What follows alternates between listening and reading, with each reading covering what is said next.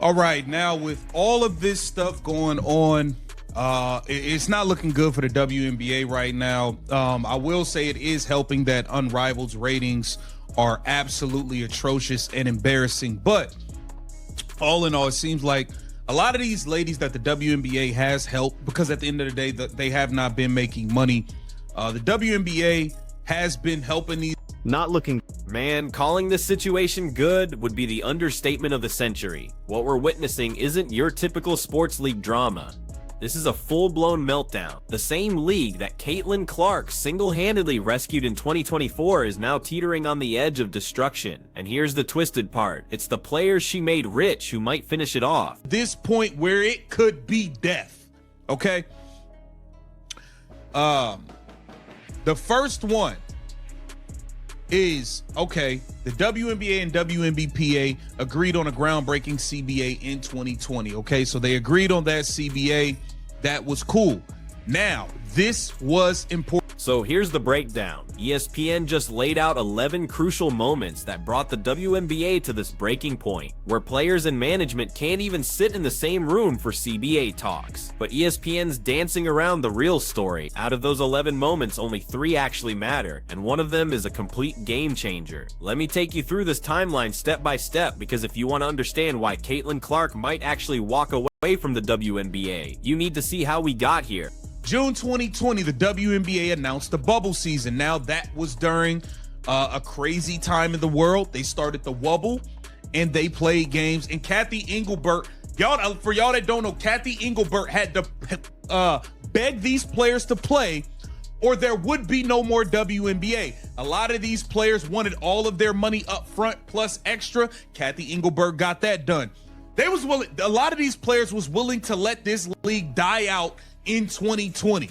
Wind back to June 2020, that bubble season nobody talks about anymore. Here's what really went down. Commissioner Kathy Engelbert didn't just ask players to participate. She had to get on her knees and plead. The league was literally hours away from folding forever. Players demanded their full paychecks up front, plus danger money for playing during COVID. The WNBA was bleeding cash from every possible angle. Somehow Engelbert pulled it off, got them to play, saved the league from extinction. Fast forward to today, and guess who's making impossible demands in these CBA talks? The exact same players who almost let everything die 5 years ago. It's a big part, okay? That's a big deal, because that shifts the balance in power between the private owners that just own WNBA teams and the owners that own WNBA, NBA teams. And now you have this investor group in that situation, that extra 16% that shift the balance in power. Something else that happened was the Liberty were fined for illicit chartering. Now, being that so the New York Liberty got fined $500,000 for doing their own private chartering. The owner did whatever, and that was February 20. Fast forward to 2022 and the big money moment, a massive $75 million capital injection from investors and current owners. This was record-breaking territory, the biggest financial commitment to women's sports in history. Sounds like a win, right? Not so fast. The WNBA had to give up 16% equity to this investor group. Now you've got this three-way ownership split, 42% with WNBA team owners, 42% with NBA owners who also run WNBA teams, and 16% with outside money people. This power struggle between 3 different groups with completely different agendas is exactly why these CBA negotiations are falling apart. When nobody can agree on priorities, dividing up revenue becomes a nightmare. An issue. That was an issue. Okay, in 2023, the Aces kickstart facilities race. All right, so now you see you starting to see these teams put this money into these facilities. Right now, the Aces have a really great owner who's willing to spend money on the best coaches, the best facilities. He'll fly them private on his own. He's willing to do things that other owners wasn't.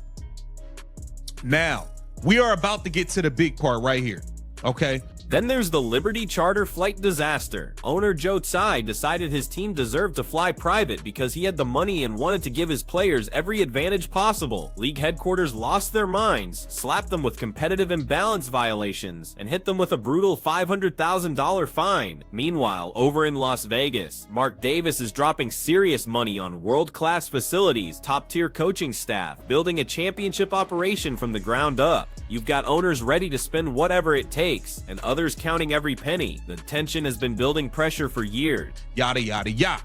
This was the biggest part right here.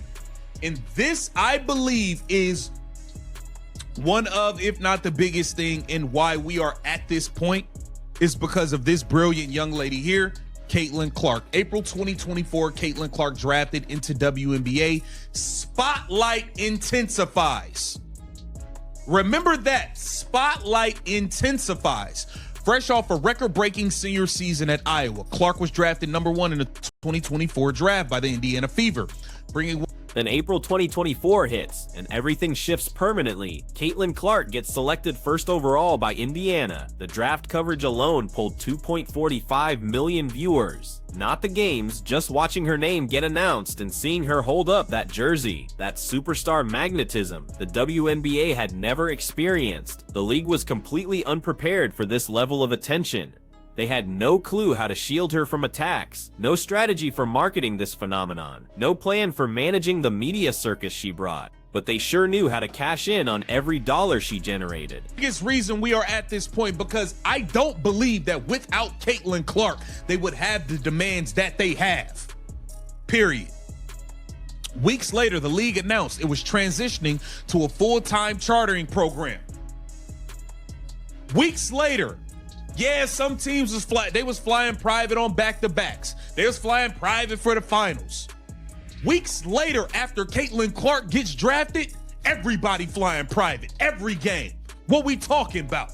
What we talking about? She changed this thing, man.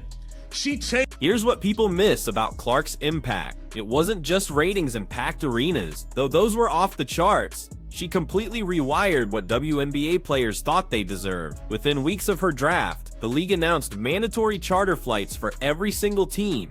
Playoffs, regular season, every trip. That's millions in new expenses they claimed were impossible to afford. The league said player safety concerns weren't financially realistic. Then Clark shows up and suddenly it's not just realistic, it's required. Players had been fighting for this for years, getting told no repeatedly. Clark arrives and everything becomes possible overnight. That revelation changed every expectation players had about what the league could provide. Of the spots rise in popularity, other college stars such as fellow 2024 draftee Angel Reese and more recently Paige Beckers also brought in significant followings.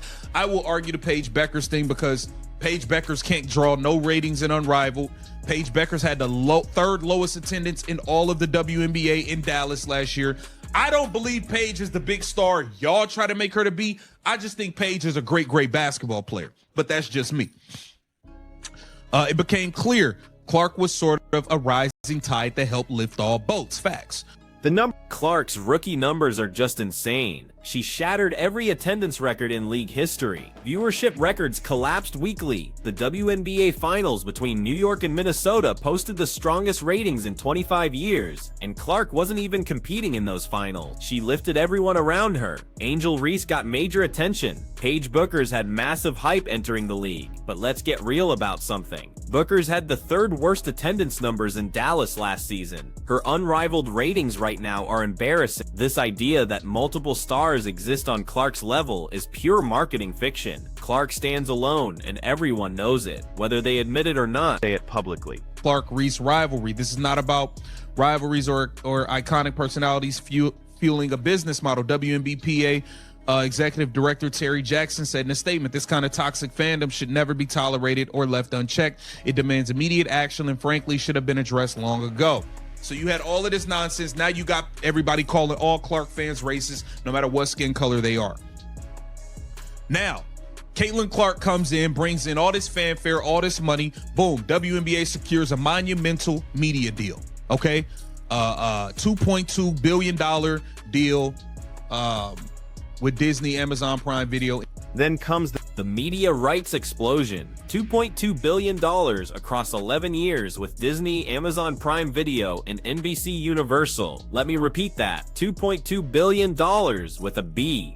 The previous deal was worth roughly $50 million total across multiple years. This new contract is literally 20 times bigger, and it exists purely because of what Caitlin Clark did to WNBA viewership. In 2024, players saw that astronomical number and immediately started calculating. If the league just landed $2.2 billion and we're getting scraps from revenue sharing, everything needs to change right now. That's the moment the Players Association opted out of the current CBA, demanding immediate renegotiation. Had leverage. NBC Universal. So now players is seeing the money, right? 2024, the players opt out of the previous CBA. Now, they might not even opted out. They may have opted out with or without Caitlin Clark. They damn sure wouldn't have the demands that they have right now without Caitlin Clark, but they may not have even opted out. Okay. Boom, 2025 Unrivaled launches. Now, we know that Unrivaled was trying to get the WNBA out of here. We know that. They was trying to get them out of here, but it's 3-on-3 and the ratings are absolutely garbage right now. So that didn't work. That didn't work at all. Okay, to pay us what you owe. Now things get really complicated. Unrivaled launches in January 2025. Brianna Stewart and Nafisa Collier's 3-on-3 league designed to give WNBA players domestic options during the offseason instead of going overseas. Sounds reasonable on the surface, but there's calculated strategy underneath. Unrivaled was positioning itself as negotiating leverage against the WNBA. If players had alternative league options, even 3-on-3, that shifts the entire bargaining dynamic. The strategy completely backfired though. Unrivaled's ratings are absolutely terrible, pulling 300,000 viewers on their best nights. Compare that to Caitlin Clark's regular season Fever games, averaging over 1 million viewers consistently. The leverage play collapsed because the product isn't watchable enough, and because the one player who could have saved it, Caitlin Clark, turned them down flat. Flat out called her a liar, and we know everything that took place from that. My point is, these things have led up. Some things more significant than others. That situation where Kathy Engelbert had to pretty much beg the players to play in the bubble, that was big. The Caitlin Clark arriving to this league was the biggest, because now it's set an expectation for these players, and they're making all kind of demands that they never would be making without her, all while bashing the very people who are bringing in this money that they want to get. They want to bash them, but they want to capitalize off them. And this ultimately are some of the things that could lead to the potential death of Caitlin Clark in the WNBA. Get down in the comments and let me know what. So where does This brings us to today. The WNBA and Players Association are completely deadlocked. Negotiations have collapsed entirely. Players want massive revenue share increases, guaranteed contracts, salary cap elimination, unrestricted free agency. They want everything. Here's the brutal truth nobody wants to say out loud. Without Caitlin Clark, they wouldn't have the nerve to demand half this stuff. That $2.2 billion media deal never happens without her. Charter flights never happen without her. Mainstream cultural attention never happens without her. She transformed the entire financial landscape of this league in one season, but a huge chunk of the Players Association spent that season trashing her fan base, letting her get physically targeted without consequences, labeling her supporters as racists regardless of their actual background, and making it crystal clear they resented her success. Now these same players want to collect the financial rewards from what she built while maintaining the toxic environment around her. If this CBA situation implodes, if we get a work stoppage or lockout, the one player with real options outside the WNBA is Caitlin Clark. She could play in Europe for 3 times her WNBA salary. She could launch her own league tomorrow. She could focus entirely on endorsements and business ventures. She doesn't need the WNBA at all. But the WNBA is completely dependent on her. The Players Association seems to have lost sight of this fundamental reality. They're negotiating like they hold all the cards when their only real leverage exists because of one player. That same player could disappear tomorrow if conditions don't improve drastically. This genuinely might mark the end of the Caitlin Clark era in the WNBA. Not because she wants out, but because the league and players have created an environment where leaving becomes her smartest move. If she walks away, that $2.2 billion media deal suddenly becomes incredibly expensive for content that won't deliver the viewership numbers that justified the price tag. Players demanded to be treated like true professional athletes. Caitlin Clark made that dream possible. Their response has been attacking the hand that feeds them, while demanding it feed them more. That's not sustainable strategy. That's not league building. That's organizational suicide. So here we are at the crossroad. Either the Players Association realizes their interests align with protecting and elevating their biggest star, or they continue down this path of resentment and impossible demand. If they choose the latter, we might look back at 2024 as both the absolute peak and the beginning of the end for the WNBA's mainstream moment.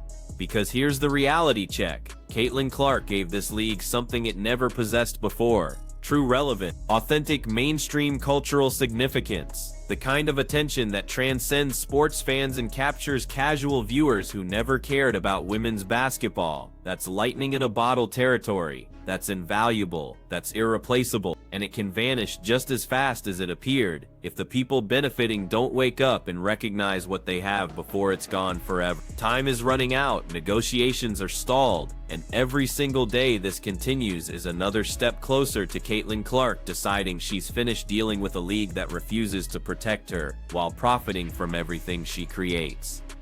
What happens when she finally walks away? Does the WNBA survive losing the only player who made mainstream America pay attention? Or does this entire structure collapse back to irrelevance where it was before she showed up?